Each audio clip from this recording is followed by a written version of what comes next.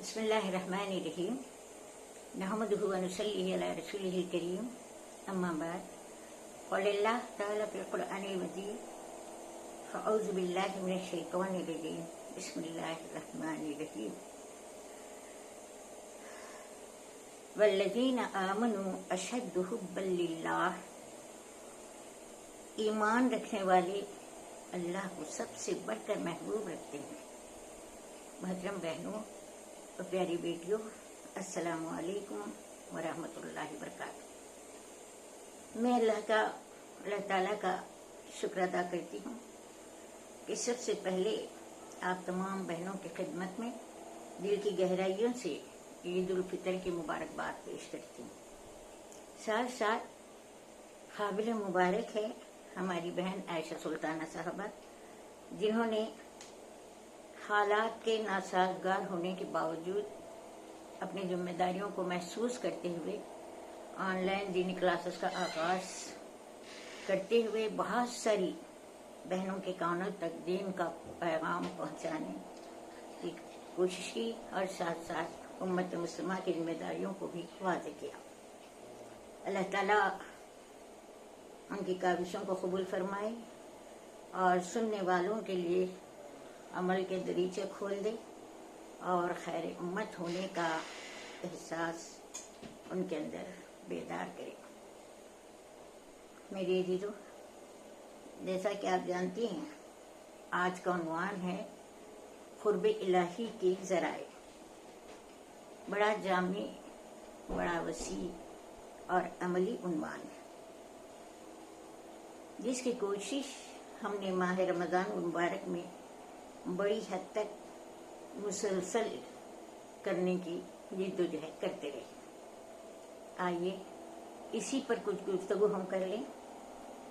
اللہ سے محبت اور اس کی قربت، اس سے بڑھ کر ہمیں زندگی میں اور کیا چاہیے؟ یہی ہمارے لیے بہت قیمتی دولت، قیمتی سرمایہ، اور یہی ہمارے لیے بہت بلند مقام ہے۔ اس قربت اور محبت کی طلب و کوشش ہر مسلمان کے لیے کسی نہ کسی درجے میں ضروری ہے۔ اللہ کے رسول صلی اللہ علیہ وسلم نے فرمایا، مومن وہ ہیں جو سب سے بڑھ کر اللہ سے محبت رکھتے ہیں، اس سے قریب تر ہونے کے لیے سجدے کرتے ہیں۔ جب قرب الہی ہر ایک کے لیے ضروری ہے تو یہ بھی ضروری ہے کہ اس کا حصول ہر ایک کے بس میں بھی ہے، اس کا راستہ ہر ایک کے لیے آسان ہے، کیونکہ دین آسان ہے، الدین یسر۔ اس کے حصول کا راستہ یہی ہے کہ حضور صلی اللہ علیہ وسلم کی سیرت مبارکہ کی روشنی میں جو آپ نے کیا، جس درجے میں کیا، جس طرح سے کیا، اسی طرح وہی طریقہ ہم بھی اختیار کریں، اپنی زندگی میں اللہ کے رسول صلی اللہ علیہ وسلم کے طریقے کو اپنانے کی کوشش کریں۔ یہ اللہ سے قربت حاصل کرنے کا بالکل آسان طریقہ ہے۔ اللہ تعالیٰ ارشاد فرماتے ہیں، قُلْ إِن كُنتُمْ تُحِبُّونَ اللَّهَ فَاتَّبِعُونِي يُحْبِبْكُمُ اللَّهُ وَيَغْفِرْ لَكُمْ ذُنُوبِكُمْ وَاللَّهُ غَفُورٌ رَحِيمٌ۔ کہہ دو، اگر تم حقیقت میں اللہ سے محبت رکھتے ہو تو میری پیروی اختیار کرو، اللہ تم سے محبت کرے گا اور تمہاری خطاؤں سے درگزر فرمائے گا۔ اللہ بڑا معاف کرنے والا اور رحم کرنے والا رحیم ہے۔ خدا سے محبت، اس کی قربت کا معیار یہ کہ دنیا میں اگر کسی شخص کو اپنی مالک حقیقی سے محبت کا دعویٰ یا خیال ہو تو اس کے لیے لازم ہے کہ اس کو اتباع محبت کی کسوٹی پر کس کر دیکھ لیں، تو پتہ چلے گا کہ کھرا کیا ہے، کھوٹا کیا ہے۔ جس قدر ہو اللہ کے رسول صلی اللہ علیہ وسلم کی راہ پر چلے، اور آپ کی لاہوی شریعت کو مشعل راہ بنا لے اور آپ کے اسوہ حسنہ کے مطابق اپنی زندگی کو گزارے اور کوشش اور محنت اور سعی و جہد سے ہی توفیق الہی اور قرب الہی حاصل ہو سکتا ہے۔ قرب الہی کے حصول کے لیے ایسا نہیں ہے کچھ مخصوص مقامات ہوں یا کچھ مشکلات ہوں یا یہ سوچے کہ ایک عام انسان کے لیے ایسا کرنا ممکن نہیں، ایسا ہرگز نہیں ہے۔ میری عزیزو، جنت اور قرب الہی کے راستے کو کہا گیا کہ بڑا آسان ہے، اور دین کے لیے بشارت دی گئی ہے کہ دین یسرن، اللہ کا دین آسان۔ قرب الہی کی جستجو اور ان اعمال کو کرنا یا کرنے کی کوشش ہر لمحہ ہر لحظہ کرتے رہنا ہے۔ وَالذَّاكِرِينَ اللَّهَ كَثِيرًا وَالذَّاكِرَاتِ أَعَدَّ اللَّهُ لَهُمْ مَغْفِرَةً وَأَجْرًا عَظِيمًا۔ سورہ احزاب 35 آیت میں اللہ تعالیٰ ارشاد فرماتے ہیں، اور اللہ کو کثرت سے یاد کرنے والے اللہ نے ان کے لیے مغفرت اور بڑا اجر مہیا کر رکھا ہے۔ کثرت سے یاد کرنے کا مطلب یہ ہے میری بہنوں کہ آدمی کی زبان پر ہر وقت، زندگی کے ہر لمحے میں، زندگی کے ہر گام، ہر موڑ، ہر شعبے میں کسی نہ کسی طرح اللہ کا نام آتا رہے۔ یہ کیفیت اسی وقت طاری ہو سکتی ہے جبکہ دل میں اللہ کا خیال رچ بس جائے۔ جتنا اللہ سے قریب ہوگا اتنا اس کی زبان پر ہر گھڑی اللہ کا نام آتا رہے گا۔ جیسے کھانا کھائے گا تو بسم اللہ کہے گا، کھانے سے فارغ ہوگا تو الحمدللہ کہے گا، سوئے گا تو اللہ کو یاد کرے گا، اٹھے گا تو اللہ کو یاد کرے گا۔ بار بار بات چیت کے دوران بھی اس کی زبان پر بسم اللہ، الحمدللہ، ماشاء اللہ، انشاءاللہ کہ اسی طرح سے سبحان اللہ کے دوسرے کلمات بھی نکلتے رہیں گے۔ اپنے ہر معاملے میں اللہ سے مدد طلب کرتا رہے گا، ہر نعمت کے ملنے پر شکر ادا کرے گا اور ہر آفت کے آنے پر صبر کے ساتھ اس کی رحمت کو طلب کرے گا۔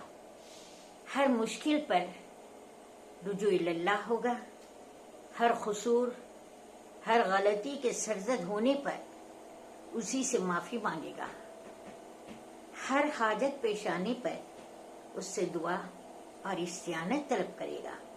غرض اٹھتے، بیٹھتے، چلتے، پھرتے، لیٹتے، دنیا کے سارے کام کاج کو انجام دیتے ہوئے اللہ کا ذکر ہی اس کا وظیفہ ہوگا۔ جو شخص یہ چاہتا ہو کہ وہ اللہ کا عاشق ہونے کے درجے سے بڑھ کر اللہ کا محبوب بن جائے اور اللہ کا قرب اسے حاصل ہو، تو اس کے لیے امام ابن قیم رحمۃ اللہ علیہ اپنی کتاب مدارج السالکین میں 10 اس کے وسائل بیان فرماتے ہیں۔ اس میں سے کچھ کا تذکرہ میں کروں گی۔ اس میں سے پہلا ذریعہ یہ بتایا جا رہا ہے، قرآن کو تفکر و تدبر کے ساتھ، غور و فکر کے ساتھ پڑھا جائے، اس کے معنی مطلب کو اچھی طرح سے سمجھ لیا جائے۔ امام حسن بن علی رضی اللہ تعالی عنہ نے فرمایا، تم سے پہلے کے لوگ قرآن کو اللہ تعالیٰ کا پیغام سمجھتے تھے، اس پر یقین کرتے تھے، چنانچہ رات کو اسے غور و فکر کے ساتھ، تدبر کے ساتھ بڑی گہرائی اور گہرائی کے ساتھ اس میں غرق ہو جاتے، ڈوب جاتے اور غوطہ زن ہو کر اس کا مطالعہ کرتے اور دن کو اس پر عمل کرنے کی فکر کرتے، عملی طور پر اس کا نفاذ عمل میں آتا۔ حضور صلی اللہ علیہ وسلم کے پاس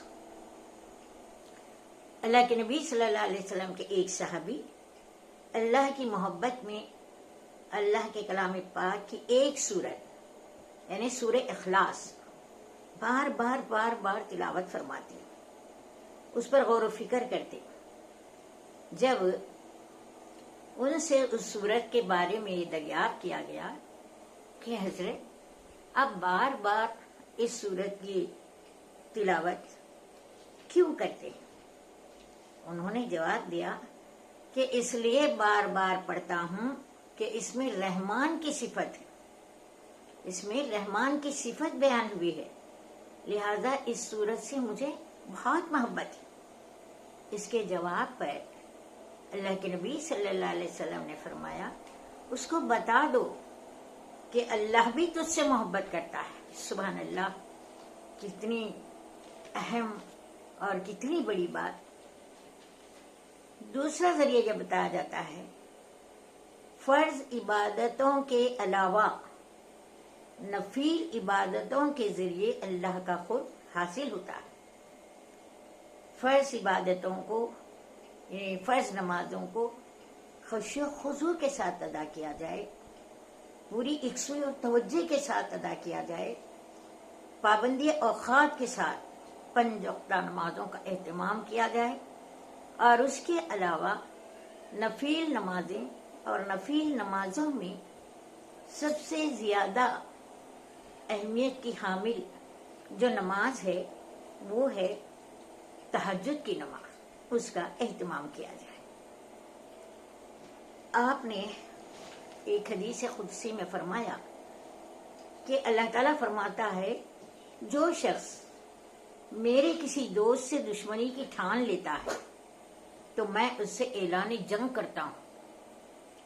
میری سب سے پسندیدہ چیز یہ ہے کہ میرا بندہ میرا خود میری فرض کردہ عبادتوں کے ذریعے حاصل کرے، اس کے بعد نوافل ہے تو اس کے ذریعے میرا بندہ میرا خود حاصل کرتا ہے، حاصل کرتا رہتا ہے، یہاں تک کہ میں اس سے محبت کرنے لگتا ہوں۔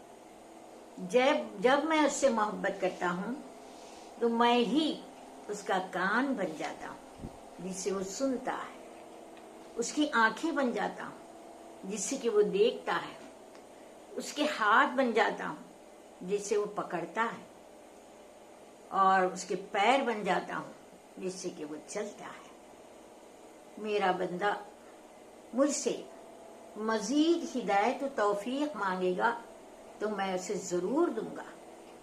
اگر مجھ سے شیطانی وساوس اور دشمنوں کی تکالیف سے پناہ مانگے تو میں اسے ضرور پناہ دوں گا۔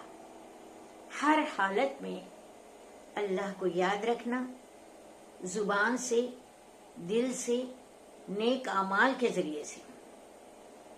اور ایک بات یہ بتاتے ہیں کہ اللہ کی پسند اپنی پسند، 100 طرف کے رنگ کو اپنے اوپر سے کھروچ کر نکال دیں، صرف ایک اللہ کا رنگ اختیار کر لے، وہ ہے صبغت اللہ۔ پوری یکسوئی اور پورے خلوص دل کے ساتھ، پورے انہماک کے ساتھ اللہ کی طرف اپنے آپ کو متوجہ کریں۔ امت مسلمہ کا ایک ایک فرد اللہ کی ہدایت کا مخاطب ہے اور اس سے زیادہ زاد راہ کا محتاج بھی ہے۔